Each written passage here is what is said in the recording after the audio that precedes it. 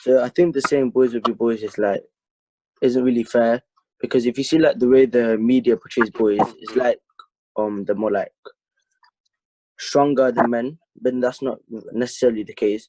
Because I've seen lots of boys who've been scared to open up because of them man being judged by girls, their family, whatever. Because everyone thinks like, oh, men, oh, they don't cry and all that. But then I know for a fact that people do. And also the way the media portrays girls is like we should always feel sorry for girls more than boys. I think that's very unfair on the boys, because like everyone's basically the same. No one has it easy and all that. And then everyone just judges the boys if they cry, or if they even if they're hurt for a breakup, whatever. Even the most littlest thing, everyone just judges them, because and the way they determine it, they call them like a pussy or a scaredy cat, whatever it is. But then if a girl does it, unequal treatment and all that. Nice, thanks for sharing that. So you feel there's a lot of pressure on men to like not be able to express their emotions? Yeah.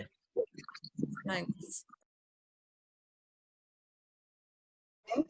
I feel like if people think that if you like cry, that's showing your weakness, you're not strong. So like they think that it's not manly to like if you cry. Vulnerability. So a lot of the time, man want to cry, you know. A lot of the time, we feel the same pain, you know, but we associate it so much. Well, society has. They associate crying with, like I said, with vulnerability, with being weak, with being soft. So us as alpha males, when we look at that, we kind of internalize them things there, which then in turn makes us angry. It makes us lash out.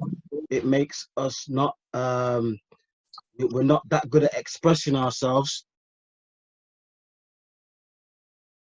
That's the thing. Like I see, like there's dinner ladies and all that. There's also dinner men, just to not be sexist and all that. Yeah. There's female teachers, male teachers. A female can do anything a man can do. And the way that they're saying like, oh, only a woman should be like a stay-at-home wife, and a man should go do jobs and pay the bills and all that. That's like completely unfair. No, thank you. I think you're completely right. You make some really good points. And I think the point you made about like, Joe, even just the names that we use, postman, delivery man, a lot of things have got kind of men on the end. And then there's certain roles, like even a babysitter, for example, or teachers, sometimes it's frowned upon if it is like a male person that's in those roles. Mm-hmm. I think the men, men, they need to do the same role, sometimes. If someone is look after them family, like children and stuff, the other one is working. And sometimes, they need to have the same role, like same rules, No, what does that mean?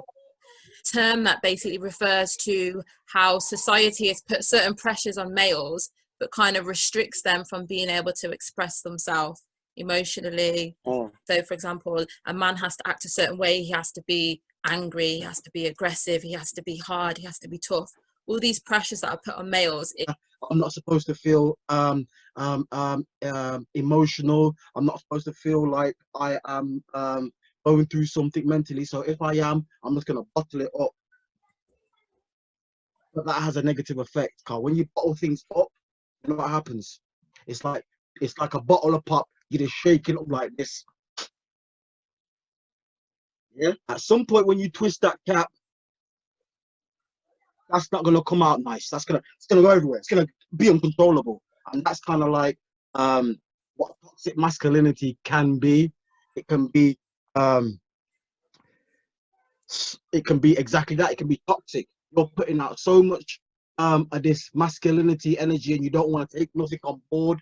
You're probably suffering PTSD, but you don't want to cry about it. You're probably grieving, and you don't want to cry because you think it's soft. So all of these things that we bottle up, it has an effect on us mentally. Let your feelings out. Talk to someone.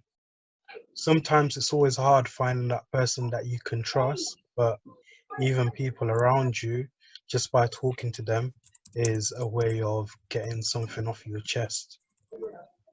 Drink lots of water. Positive energy activates constant elevation. You know what I mean? I try to like divert myself from feeling too much like of negative things. So like just keep occupied. Yeah. Yeah. Yeah. Don't keep everything bottled up. Even if you can't like find someone to talk to, like do something that like try to take your mind or something. Like have like a hobby or something, because then you're like, it won't go away completely, but you'll have your mind off it, and then you'll have less stress than like how you were before. I think sometimes when we've got problems, we kind of just look at the problem and don't think about solutions for them. So trying to actively think of ways to solve your problem. Trying to be active, like find solutions for your problems instead of just looking at the problem. Think of all the things that you can do to alleviate that problem. It helps to get rid of them. Emotional expression is something that we shouldn't avoid. Emotional expression is something we should embrace. Stay positive. You know, I know it sounds corny. I know it sounds corny. It sounds super corny, but trust me. If you keep that positiveness inside of you and you move with that, only good things can happen. And people that were not meant to be there are not going to be there. People who you think might be your friends are not necessarily your friends. If you exuberate this positivity, trust me, nothing but good will come. So be mindful, be positive,